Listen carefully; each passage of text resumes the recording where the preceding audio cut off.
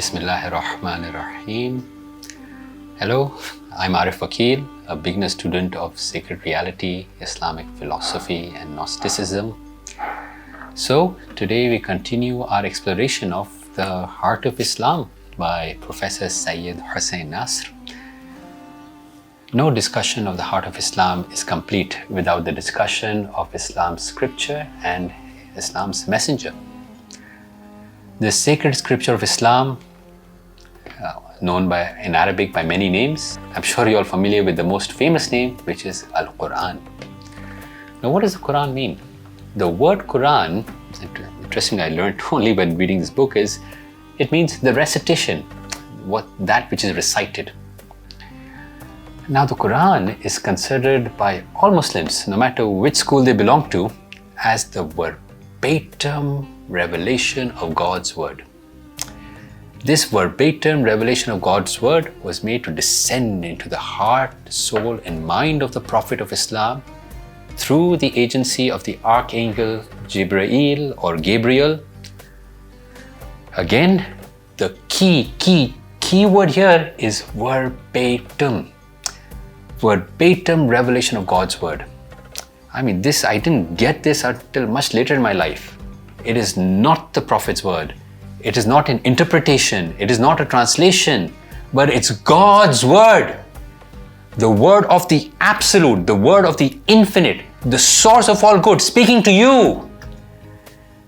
Therefore, both the words, the meaning of the text are highly sacred, as is everything else connected with it, such as if it's chanting or the calligraphy of its phrases. The Quran is more than just a book to billions around the world. For Muslims, it's not just read, it's lived. Muslims are born with the verses of the book as it's read into their ears. They live throughout their lives hearing its verses and repeating certain chapters during prayers. They are married with the recitation being accompanied with it. And they die hearing the Quran's words chanting beside them. The Quran is the central theophany of Islam. Again, what is theophany? A theophany is the manifestation of divine names and qualities of God. And this manifestation is drawn from the hidden treasure of God. What does the Quran contain? Why is it so important? I'll go more deeper into the different themes of the Quran later, but at a surface level, to know that the Quran is the fundamental source of a Muslim's understanding of metaphysics, that is his understanding of God in this purest essence, a Muslim's understanding of cosmology, how the cosmos emanated from God, as well as theology, law, ethics, sacred history, and just a general worldview. In a way, the soul of the traditional Muslim is like a mosaic made up of phrases of the Quran which are repeated throughout life. We begin every action with the Basmallah, in the name of God, the infinitely good, the all-merciful. Bismillahirrahmanirrahim.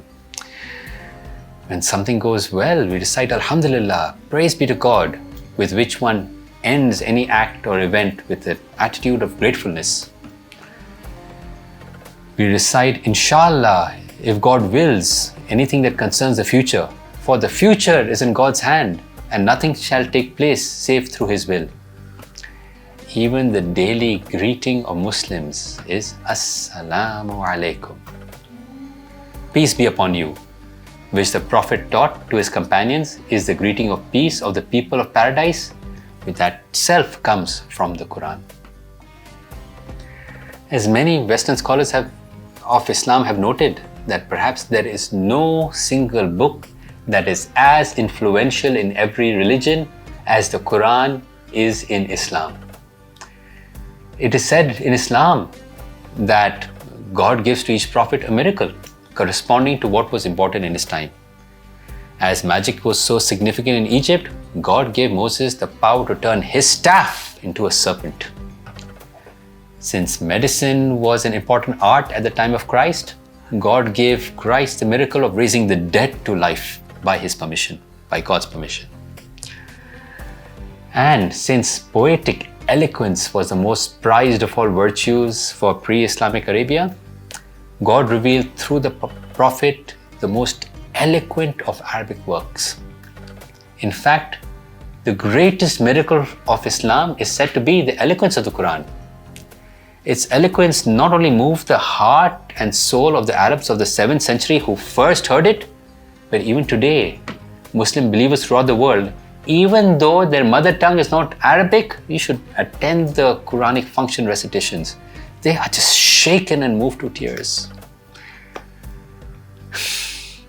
Of course, the Quran has many names, each revealing a different aspect of its reality. The two names that touch me the most are, first is Al-Furqan. Al-Quran, Al-Furqan. What is Al-Furqan? That which discerns, that which differentiates, that which is a criterion discerning between what? What is true, what is false, what is good, what is evil, what's beautiful, what's ugly. Give this a try. Whenever you're facing a challenging situation, whenever you have a difficult decision you need to make, you don't know what's the right thing to do, it is not clear, ask the Furqan. Consider what would the Quran have to say about this situation. I have been surprised over and over again as to the breadth of this magnificent book. It provides a principle for guidance in every single challenging situation that I personally have come across. The second name that I'd like, that is one of my favorite, it is the Kitab, which is the mother of all books, or the mother book, which is the archetypal book containing the root of all knowledge. It is Al-Huda, the guide for journey of men and women toward God. So, what does the Quran contain? Are there themes and topics? And there are many versions, but this is the one, the sequence that Professor Nasr shares in the Heart of Islam is one that really connected with me. So first of all, it deals with the nature of reality, the divine reality, and its relation to the realm of the world or the realm of relativity, how everything else connects to the divine reality. Second, a theme that's very dear to me, the Quran says much about the natural world, that the natural world is not just a passive creation. The trees, the birds, the clouds, the seas, the earth, the mountains, they're not a passive creation. They're an active sign of God's presence. They're an active sign of God's wisdom. Then the Quran contains many stories, many pages of sacred history. But these stories, these episodes of history are shared more for their significance of the morals and the lessons for the inner life of our soul, rather than an account of what's happened or what's gone in the past. The Quran also deals with laws for the individuals, laws for the society, and it is one of the most important source of the Islamic law or the Sharia. The Quran, furthermore, has a lot to share on ethics, good and evil, what's a virtuous life. Finally, the last chapters of the Quran, it speaks in just majestic language about eschatological events after the end of this world, the day of judgment, paradise, purgatory, and hell. A final word on the Quran and its levels of meanings. The Quran has many levels of meanings, the highest of which is known to God alone. So you can, it's like a book that you can just keep reading, and you'll keep discovering and rediscovering the different levels of meanings within it. So it's a book that you can never finish reading. Just as God has an outward and an inward, a zahir and al batin, His book also has an outward and an inward dimension. Today, as when it was revealed, the Quran remains the central reality of Islam and the heart of the Muslim life in both individual and social aspects. Of course, now to understand the heart of Islam, it is essential to understand the significance of the messenger of Islam, the Prophet. The Quran states clearly that the Prophet was a man and not divine. Quran also adds that God chose him as his final messenger, the seal of the prophets. As is mentioned in the verse, verily you have in the messenger of God an excellent example for him who looks to God and the last day and remembers God often. As the Sufi poem recited often throughout the Islamic world shares, Muhammad is a man, but not like other men. Rather, he is a ruby and other men are like stones. To comprehend the significance of the Prophet of Islam, it is to remember that the great founders of religion are of two types. So at this point, I'd like to read directly from the heart of Islam. The first constitutes the category of those figures who preach detachment from the world and a spiritual life that does not become entangled with ordinary worldly matters, with all their ambiguities and complexities.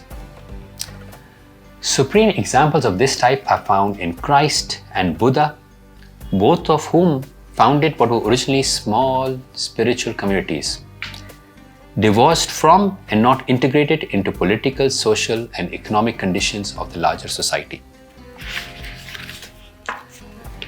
The second type is exemplified by Moses, David, Solomon in the Abrahamic world, and by Rama and Krishna in Hinduism. Such figures, whether seen as prophets or avatars, entered into the complexity of the ordinary human in order to transform and sanctify it. The Hebrew prophets, as well as the avataric figures from Hinduism, were also political leaders and rulers of a human community. They were married, they had children.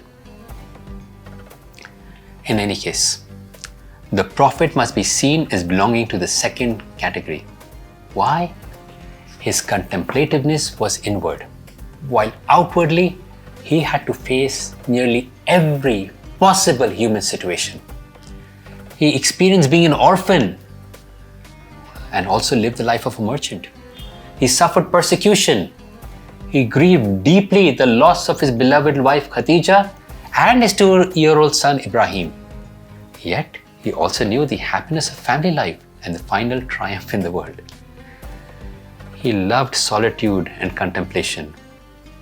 Had to deal with the affairs of men and women with all their frailties and shortcomings. He had to rule over a whole society, sit as a judge in cases when one party complains against the other. So what was his mission?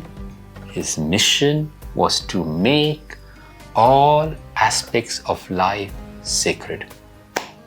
I repeat, his mission was to make all aspects of life sacred. That means he strived to connect every part of life, whether personal, social with people, or spiritual, to connect it to a higher purpose. He taught that worship isn't limited to rituals alone. Daily actions like honest work, kindness to others, caring for the environment can and are sacred when done with the sincerity and awareness of God. In summary, he aimed to create a balance in human life, a balance that would lead people to surrender themselves fully and humbly before the divine truth. The Prophet exemplifies the virtues of humility, nobility, magnanimity, and charity, truthfulness and sincerity. For Muslims, the Prophet, he is the perfect model of total humility before God and neighbor, which means to be strict with oneself, but generous, charitable, and forgiving to others. And finally, perfect sincerity to be totally truthful to oneself and to God. It might be said that the only act that is performed by both God and humans. Imagine there is an act that you actually share with God. There is something that you and God share. And what is that? That act, as the Quran says, is sending blessings, sending invocations, sending salutations upon the Prophet. So to wrap up this video, in conclusion, as we reflect on the Quran and the Prophet, we witness the twin pillars and the heart of Islam. One, the eternal word of God, the other, the living embodiment of its teachings. Together, they form a guide for the intellect and a model for the soul. The Quran, with its profound layers of meaning, continue to illuminate the path of truth, justice, and compassion. The Prophet Muhammad, may peace and blessings be upon him, through his life shows that spirituality is not confined to the prayer mats and the mosques, but extends to every corner of human experience. His mission to make sacred every aspect of life reminds us that even the simplest actions, when performed with sincerity and awareness of God, of the divine, become acts of deep worship. So as I wrap up this video, carry forward the spirit of reflection into your own life. Let the Quran guide your choices. Let the Prophet's life inspire your conduct. And until next time, take care, keep reflecting, keep smiling. Goodbye.